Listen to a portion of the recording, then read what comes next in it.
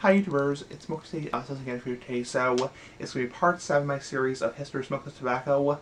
It's going to be 2000s. Now the 21st century, there's many different things that came from smokeless tobacco. So there's obviously electronic cigarettes, if you count those, because they're smokeless.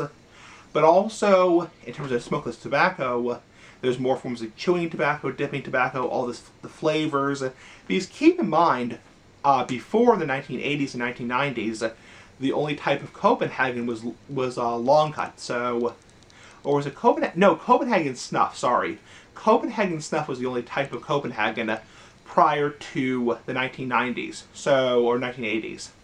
So there's a lot of different brands. Skull made a lot of flavors: vanilla, not watermelon. That'll be coming out next year. Cherry, vanilla, berry, citrus, that kind of stuff. So different flavors, different types. Also, the dissolvables came into play. So the Camel Sticks, dissolvable strips, mints.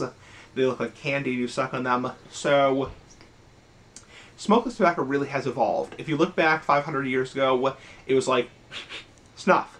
And then nowadays there's strips, dissolvables, cherry, banana flavors. And there's obviously a lot of controversy with baseball and smokeless tobacco. Obviously you've had, people unfortunately have gotten cancer from smokeless tobacco, or supposedly have. And there's a lot of controversy nowadays around youth and smokeless tobacco, and it being targeted towards children because it's candy flavored. So yeah, and you've had some people who unfortunately developed cancer. So smokeless tobacco is a lot more controversial than it was, 300 or 400 years ago. So the point I'm trying to make is nowadays the image of chewing tobacco is a lot more tainted than it was 300 or 400 years ago. Anyway, bye.